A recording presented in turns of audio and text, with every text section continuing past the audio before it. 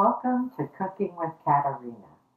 Today we're going to make a Greek dessert that I have perfected over the years, and everyone knows its name, baklava.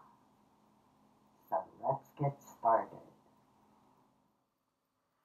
As with any recipe, there may be multiple variations of that recipe, and baklava is no exception.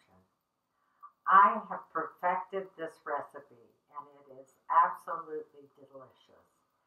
And I haven't gotten one complaint yet. So I'm going to give you a list of the ingredients. Then I'm going to take you through step by step how to make this wonderful, delicious Greek dessert.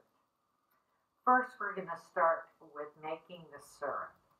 You want to make your syrup first because you want it to cool down while you're putting together the baklava and cooking it so that when it comes out, the baklava is hot and the syrup is cool. So let's start with the ingredients for the syrup. You'll need 3 cups of water, 3 cups of sugar, a 1/4 cup of honey, and 1 teaspoon of lemon juice. Then you'll need 2 pounds of ground nuts. I use walnuts. In Greece, they use a pistachio. Some places may use a combination of nuts, but I like using all walnuts. So you'll need 2 pounds of ground walnuts, and you could even do that the day ahead so that that'll save you some time. In the ground walnuts, you're going to put 1/3 cup of sugar, 2 teaspoons of cinnamon, 1/4 teaspoon of clove. Now, in an authentic baklava, they take the whole clove and they'll put it in each piece before they bake it. But I use the ground clove because sometimes people will pick up a piece of baklava and not remove the clove. So in order to avoid that, I use ground clove. You'll also need 1 pound of unsalted butter, and you'll want that melted. Just like we did for my spanakopita video, you're going to do the same thing with the baklava video. You're going to take each layer of Filo dough and you're going to butter it with your melted butter. You'll also need 1 pound of Filo dough, and you want to keep that covered until you're ready to use it. You don't want it to dry out or it could be a bear to work with.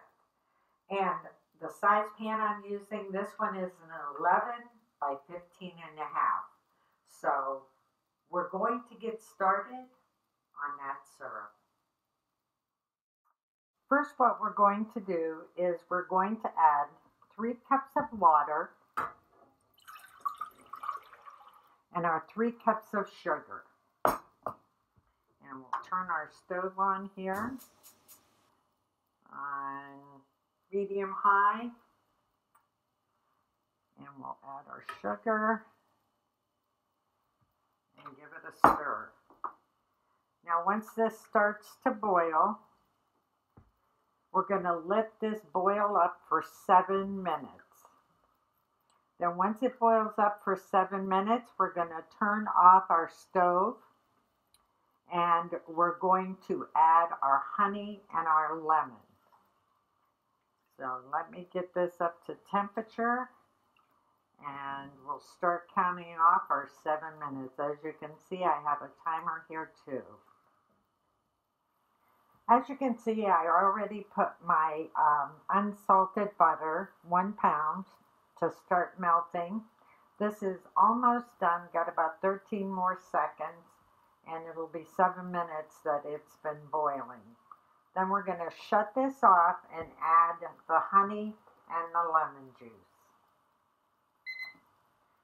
Okay, there we go. We'll shut that off. And we'll add this honey.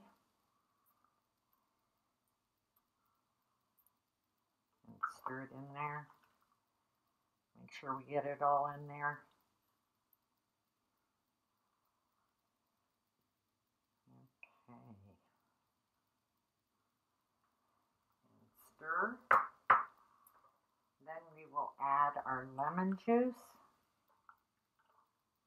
I use fresh squeezed lemon juice. Stir it a little bit more. And then we're going to take it off of the stove and put it aside so we can let it cool. We set our syrup aside to cool. And I also mixed the 1/3 cup of sugar, 2 teaspoons of cinnamon, and 1/4 teaspoon of clove into my 2 pounds of ground walnuts.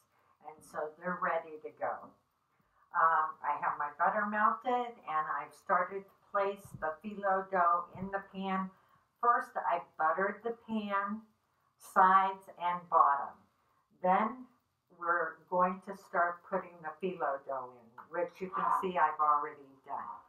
Now, you never know what kind of phyllo dough you're going to get till you get it out of the package. And this one is going to be a little bit challenging, but don't worry about it because after it bakes, it's going to look beautiful.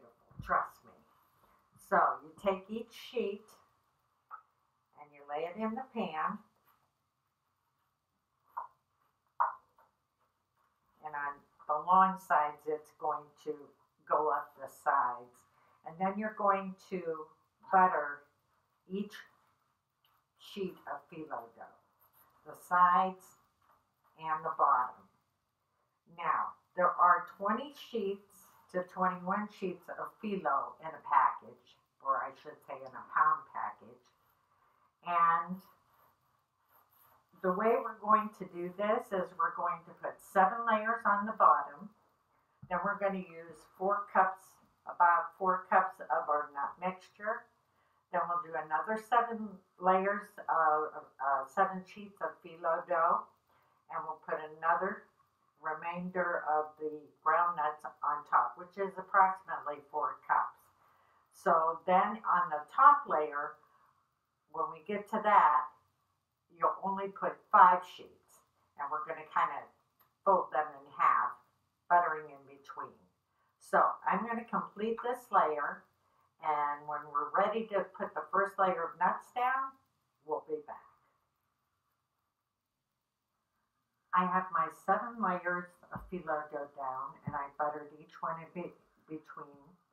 And now I'm going to put my approximately 4 cups of walnuts to cover that layer completely. And then we'll spread it around to make sure that it's even.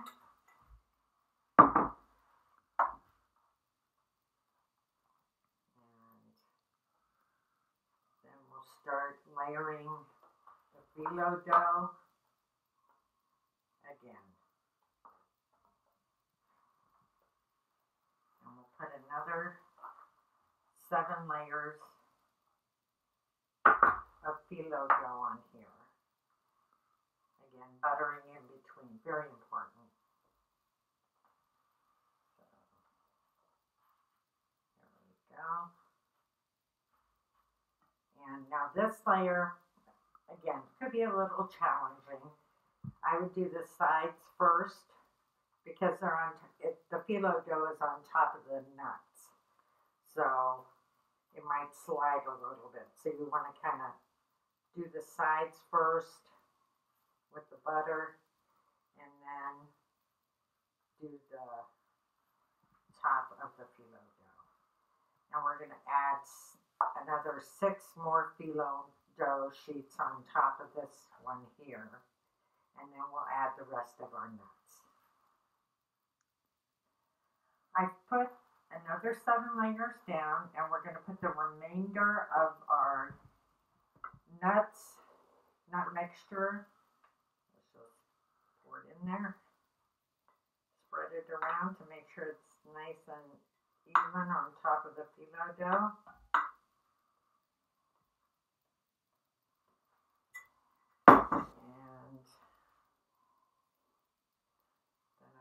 Show you what I do next.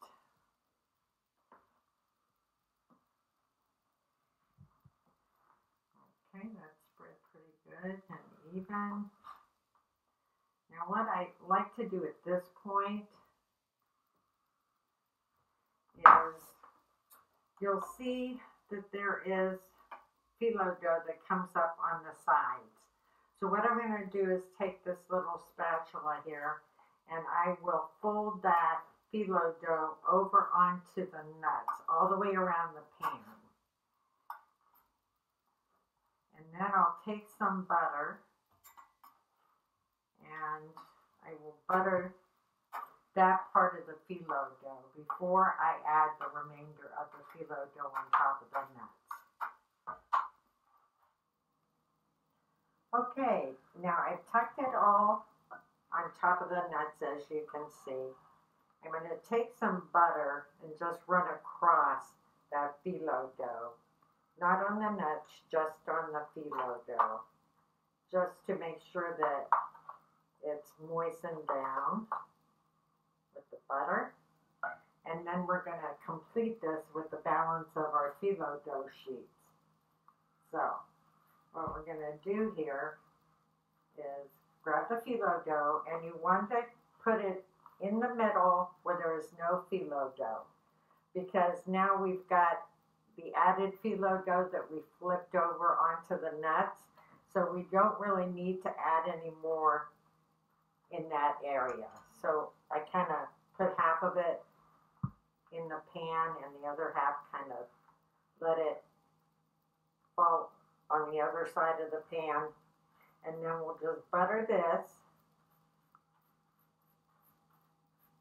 and then we're going to flip the other part of the phyllo dough on top of this one,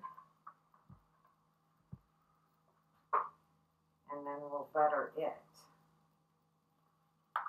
Like I said, don't be concerned if it kind of breaks apart on you. You're never going to know the difference once it bakes. It's all going to come together. Now what I'm going to do is finish my layers here, and then we'll cut it. But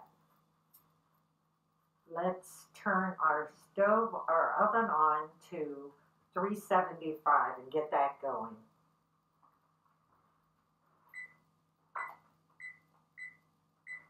There we go. We'll finish it up, cut it, and it'll be ready to go in the oven. Well, we've got all our layers of phyllo dough and our nuts in between all the layers. So now we're ready to cut it. But a couple helpful hints, especially when it's humid outside, you might want to put your baklava pan into the freezer and let it chill for a few minutes. That'll help it to be easily cut then. You also want to have your knife very sharp. So what we're going to do is we're going to cut it diagonally one way, and then we'll cut it diagonally the other. That'll give you your diamond-shaped baklava. Now when I make it for weddings or at Christmas time, I cut it smaller. Probably about, I'd say, a little more than a finger, maybe a finger and a half width. But if you're just cooking it for a small get-together and you don't need a lot of pieces, you can cut it larger. So we're going to start cutting, and again, I've put mine in the freezer just for the ease of cutting it. And you want to cut all the way through and all the way down. And if you have to do it a second time down the same row, or line, I should say, then you can do that too. So I'm going to cut mine this time with a little bigger pieces than I normally do. So I'll finish cutting the one side, and then we'll start on the other side, and I'll show you how to do that. I've already cut clear across the whole pan diagonally. Now we're going to go diagonally the other way, and that should give us our diamond pieces. So we're going to, and this is a frozen slightly, not much, but it makes it much easier to cut. So you want to take the knife and just as straight as you can, clear to the bottom of the pan, because you want to make sure it's easier to cut right now than it would be when it's all put, baked and the syrup's on it. So we're just going to make some nice sized pieces here, and I'm going to finish cutting this pan, and we'll be ready to put it in the oven. Okay, we have the whole pan is cut, and as you can see the diamond shapes here. And I'd say we probably have at least 50 pieces in this pan. Now when I cut them smaller, I can get over 100 pieces, but they're nice bite-sized pieces. This is a little more, probably you can eat one and then you're gonna stop. So we're ready to put it in the oven. Our oven is on 375. And we're going to let it bake for at least 50 minutes to an hour. You want to make sure that it's golden in color, and that if you kind of press down in the middle after 50 minutes, if it feels kind of spongy, you want to cook it at least an hour. So you know your oven, and again, you're going to look at it and kind of press down in the middle without burning yourself, of course, and it should be cooked by then. So let's get it in the oven, and we'll be ready to put our syrup on as soon as it gets out of the oven. Okay, my baklava cooked for about 55 to 57 minutes, and you can see the beautiful color that it is. So now we're going to pour the syrup over top, and I put it in a container that I can just pour the syrup right over. Now listen. That's what you want to hear. The cool syrup running over the baklava, and you're just going to cover it all and make sure that you use all the syrup. Now what you're going to do at this point is you're going to let it cool completely. You want that honey and the syrup to just go and absorb into the baklava. Once it's cooled, we'll be able to take pieces out of it and serve it.